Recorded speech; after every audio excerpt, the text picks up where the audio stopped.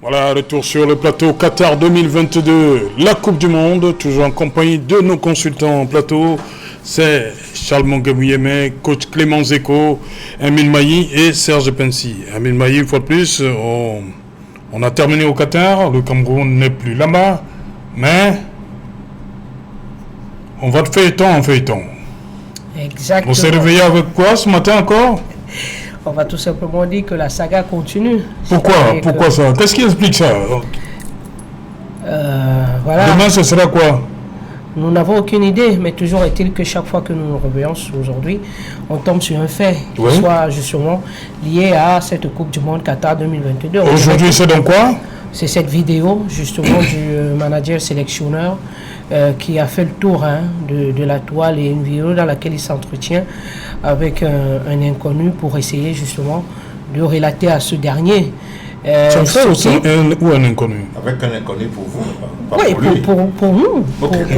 pour nous, parce que voilà, on va pas, mais après, on arrivera certainement à l'épisode du démenti, parce que voilà, cette la mise au point, cette vidéo qui a fait le tour vraiment de la toile, qui a suscité beaucoup de commentaires et attractions. On est allé de débat en débat, de décryptage en décryptage. On a essayé justement de comprendre et de savoir ce qui se passe réellement, quel est le bien fondé d'avoir en ce moment donné une pareille vidéo qui circule sur la toile, quand on sait que le malaise lié à justement cette mise à l'écart, cette suspension temporaire du gardien André Onana continue à faire couler beaucoup d'encre et de salive, et surtout fait très mal au peuple camerounais et à ce joueur qui lui s'est déjà envolé du côté de l'Inter de Milan pour poursuivre sa saison comme ça avec son club dans lequel il officie depuis pratiquement quelques mois déjà comme gardien numéro 1, gardien titulaire de l'Inter. Et quand on sait quelles sont les échéances qui arrivent avec l'Inter, notamment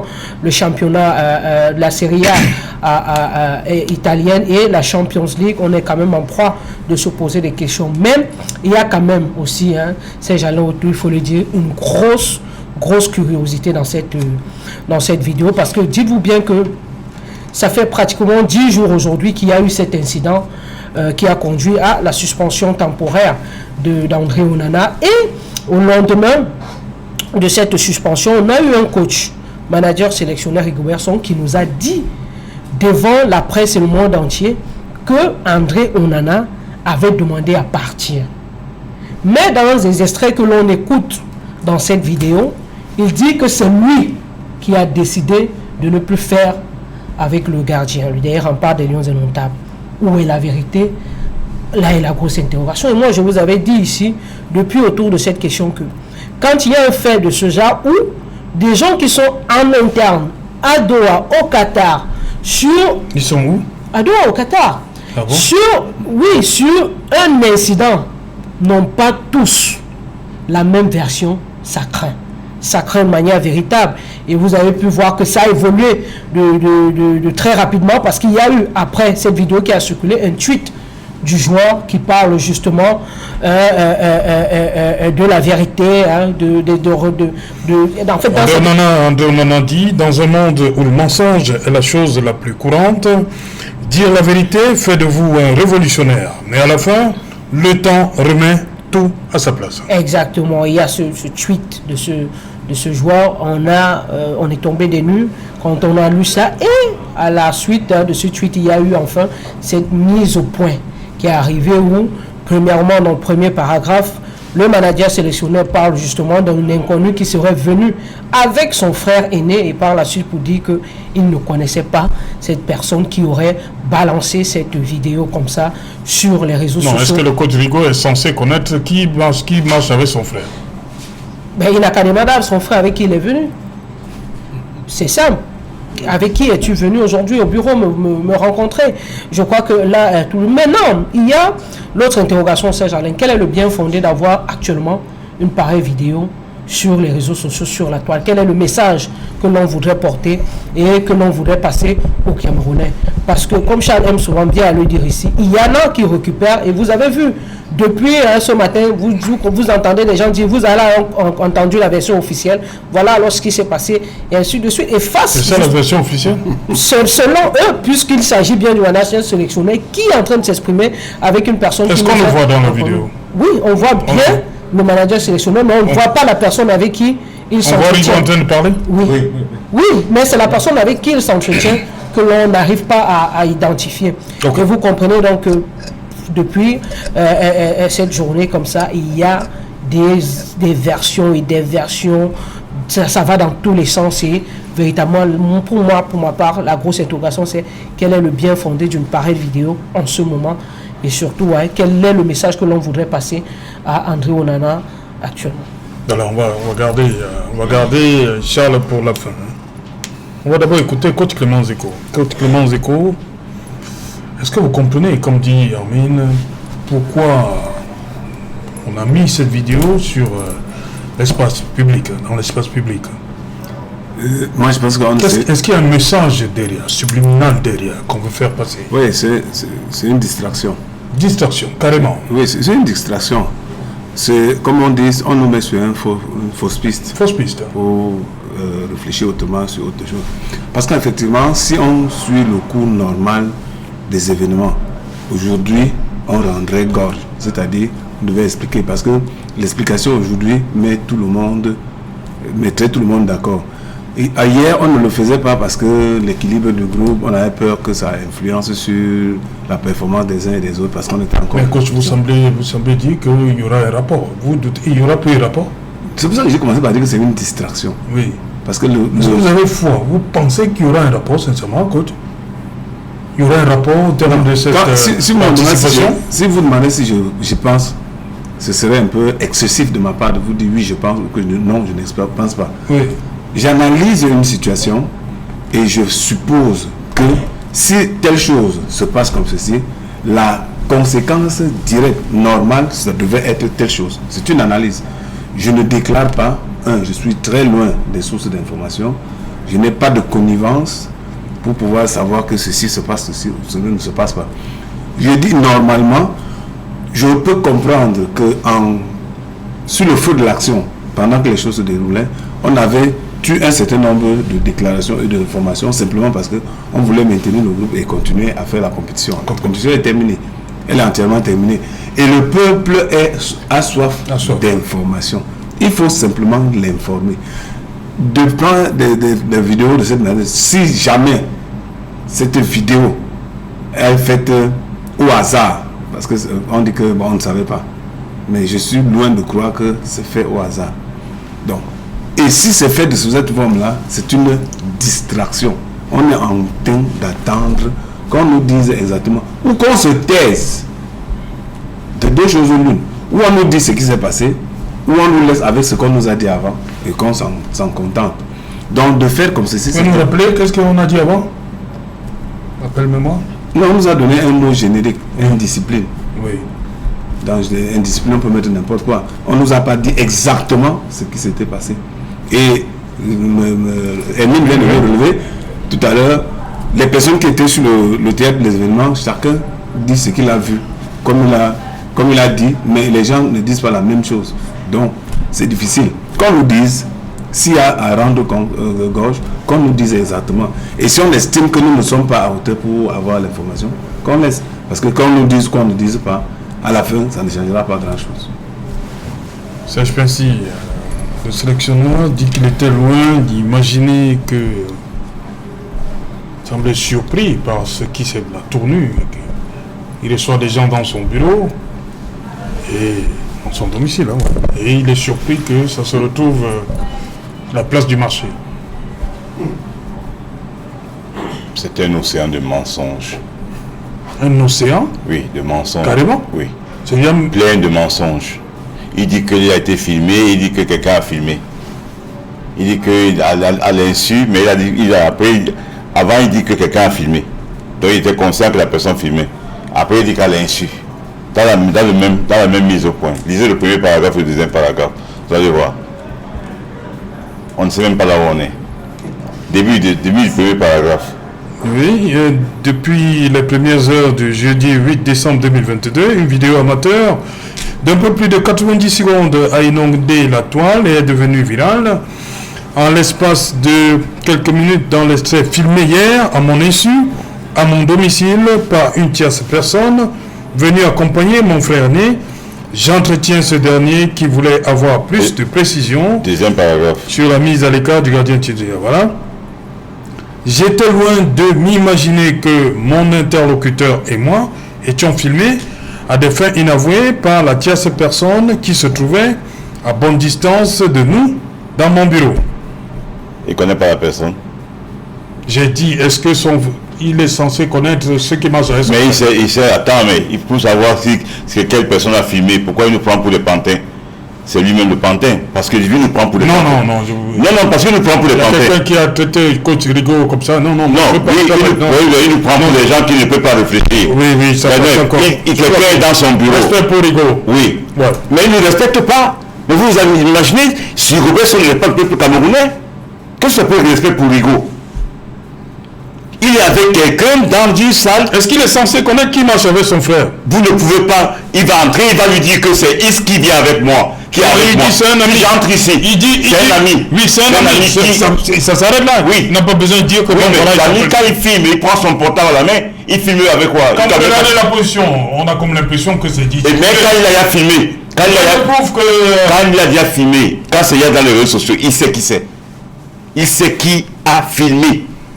Si moi j'entre dans votre bureau, je viens avec un ami qui filme, demain, il met dans les réseaux sociaux, tu sauras qui a filmé parce que tu vas me demander c'est qui cette personne. Puis c'est moi qui ai mis la personne dans ton bureau. Pourquoi on nous prend pour des gens qui ne peuvent pas réfléchir? De moins que rien. En dehors de ça, oui. Il a échoué au Qatar. Hein? D'autres personnes, d'autres gens dans d'autres sélections. Vous entendez de la Fuente en Espagne. Après, il a remplacé. Oui, on a confirmé Flick en truc là. Au Mexique, on a limogé l'entraîneur. Tout ça là. Quand on veut qu'ils arrêtent les histoires là, on veut la clarté. Donc on a confirmé Hansi Flick, il est passé au second tour. Pourquoi vous voulez pas qu'on confirme Rigaud? Mais on a confirmé Rigaud. Mais il est là. Où est le rapport? Mais c'est vous qui parlez des coachs, hein? Mais oui, où est le rapport? Hansi Flick, il a fait mieux que Rigaud. Où est le rapport? Hansi Flick a fait mieux que Rigaud, là. J'ai dit, où est le rapport? Mais c'est vous qui parlez de quoi? J'ai dit, où est le rapport? On veut la situation. Attendez, il y a eu une expédition au Qatar. Oui. On est revenu bientôt une semaine. Il n'y a rien. Le rapport. Il n'y a rien. Qui doit faire le rapport? Mais il doit faire son rapport. C'est à vous qui doit remettre le rapport? Mais Hansi Flick a remis son rapport hier. À qui? À la fédération allemande. C'est sur la base de son rapport qu'on a dit ok, tu peux continuer. Et vous êtes sûr que Rigaud n'est pas en train de rédiger son rapport? Rédiger? Il va le faire à voler? Attendez. Il a en train de rédiger son rapport. Pourquoi pas? Pour nous dire ça quand? Pendant qu'il rédige son rapport, voilà son rapport. Est-ce qu'il y a Voilà son rapport là qu'il a dû le faire. Non, ça c'est un cas. Non, mais il t'a donné, il t'a dit que voilà ce il dit à son élève. Tout le monde veut savoir ce qui s'est passé avec André Onana. Oui, mais il a dit quoi au Qatar? Il a dit que c'est André Onana qui a abandonné, non? Il a envoyé les gens dans les réseaux sociaux avec une vidéo là où on voit André Onana en train de marcher. Oui. On dit qu'il sort de l'entraînement. Et là, lui-même, il explique une autre version. Qui ment alors? Qui ment? Mais je te dis qu'ils nous prennent pour des moins que rien. On n'a pas le droit de dire quelque chose. Hein? Qui ment? Voilà le rapport de Rigaud. C'est ça le rapport. Non, c'est pas ça le rapport. Non, c'est le rapport. Là, il fait le rapport. Pourquoi que ce qui s'est passé, voilà la vraie version. Il fallait voir ceux qui sont sur les claviers aujourd'hui. Voilà pourquoi on a. Et André Onana, voilà pourquoi, voilà. Non, on ne peut pas continuer comme ça. On ne peut pas continuer comme ça. Le Cameroun doit prendre ses responsabilités, les autorités doivent prendre les responsabilités. On dit toujours que la politique ne peut pas s'y mixer, c'est des histoires. Le ministre des Sports doit prendre ses responsabilités. C'est la tutelle de l'Africa Foot. Il doit prendre des responsabilités et voir dans cette affaire quelle est cette expédition du Qatar, qu'est-ce qui s'est réellement passé. Il y a une violation du code disciplinaire de l'Africa Foot et tout ça là. On te dit temporairement suspendu temporairement. Qui l'a suspendu temporairement? C'est le coach qui a le sélectionneur manager qui avait. Il n'a pas qualité. Vous savez ça? Dans le code disciplinaire de l'Africa Foot, il n'a pas qualité. Il n'a pas qualité. Est-ce que vous savez ça? On a piétiné les textes? Non, mais Les lois sont les lois, si vous avez oublié. Et on est tous fondus. Dans le frelon. C'est ça. Voilà son rapport qu'il est en train de donner. Et quand il donne son rapport, dès qu'il donne son rapport, les voix s'élèvent, il fait une mise au point. Il nous pointe pour des pantins. Il nous pointe pour des pantins. Charles Guémouiémé, déjà la position de ce monsieur qui filme, ça vous laisse interrogateur. C'est comme s'il ne voulait pas que Rigaud et son interlocuteur sachent qu'il est en train de filmer. Oui, ça se voit clairement. Il cache. Oui. Donc dès qu'il y avait un plan derrière. Si vous regardez les déplacements de sa caméra, vous comprenez qu'il était en mode caché. Et vous voyez bien qu'il s'organise pour que l'interlocuteur de Rigobert ne soit pas vu. Oui. Qu'on ne sache pas qui c'était. Mais Rigaud lui déclare que c'est son frère aîné. Oui, il le déclare. Maintenant, ceux qui connaissent son frère aîné apprécieront. Quand vous connaissez vraiment quelqu'un, même de profil, même ses jambes vous diront si c'est lui ou la couleur de sa peau. Donc il n'y a pas de problème. Moi j'ai simplement le souvenir qu'il y a quelque temps, deux journalistes, l'un a publié un extrait d'une conversation téléphonique avec son confrère. Ça a créé un problème. Oui, tu n'aurais pas dû publier. Oui, je croyais que tu étais mon ami. Il n'y a pas très longtemps, il y a eu un problème de mœurs dans ce bureau à Douala. Et un communiqué a été sorti dans les mêmes circonstances. Des inconnus sont venus dans mon bureau, etc. etc. Et aujourd'hui, c'est une tierce personne qui arrive, même type de communiqué. Bon, depuis, j'essaie de réfléchir ce que ces trois situations ont comme individus en commun. Quand je trouverai, je vous dirai, je n'ai pas encore trouvé. Mais quand vous regardez ces acteurs, ils ont des choses en commun. Tous ces acteurs-là, ça tourne autour de la même sphère d'individus. Donc, moi, aujourd'hui, je crois que c'est la panique. Les gens sont en panique. Parce que, vous savez, vous avez beau vous croire fort.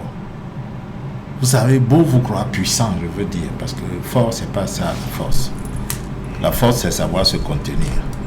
Mais quand on est plutôt offensif, de genre où on veut montrer qu'on est puissant, à un moment donné, quand on passe dans la rue, on écoute ce que les gens disent, on commence à paniquer.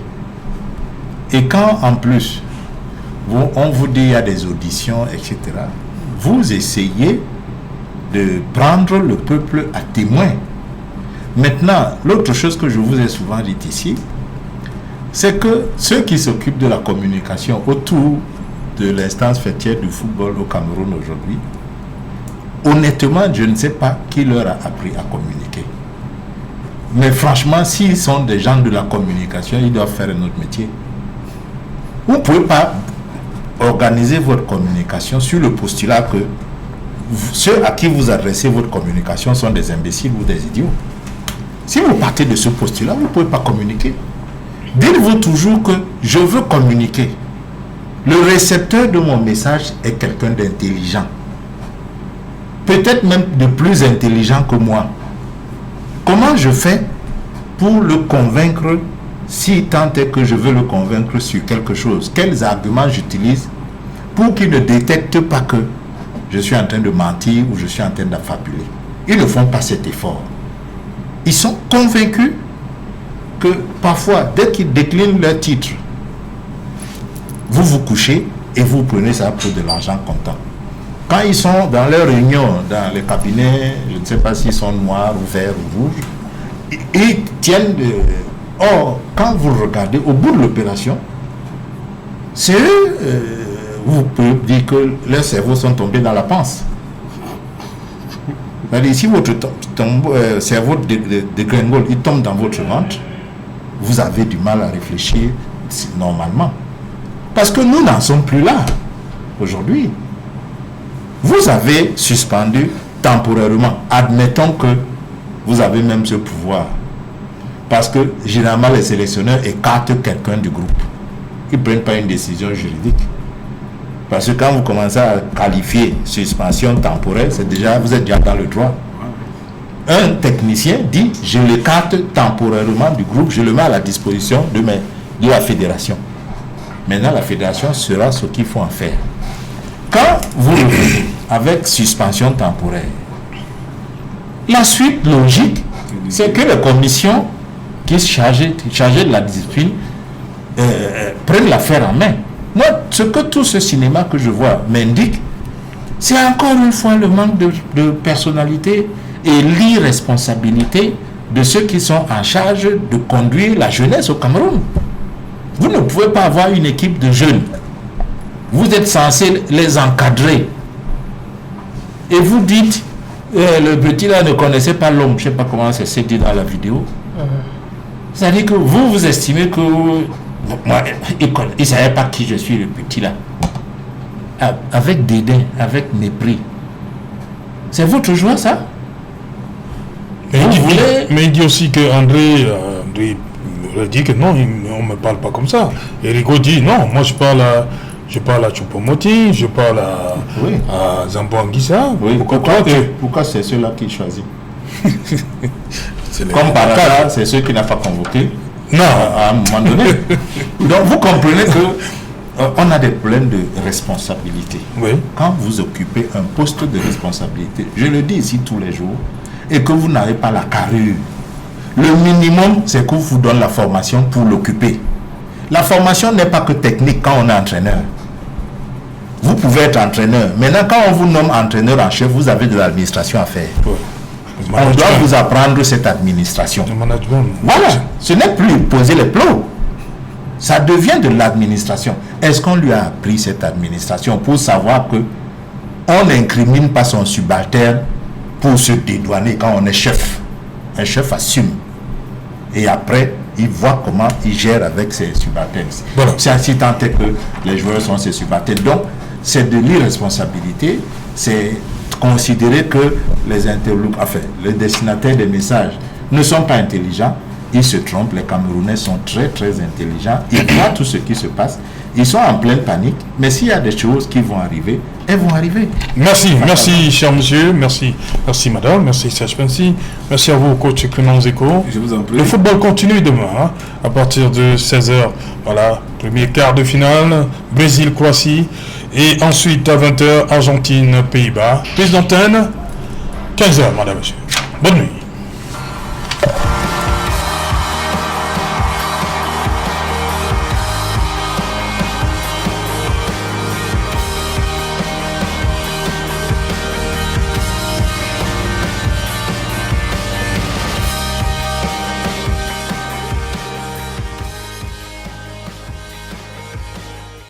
Ce programme vous a été offert par l'Union camerounaise de brasserie, UCB.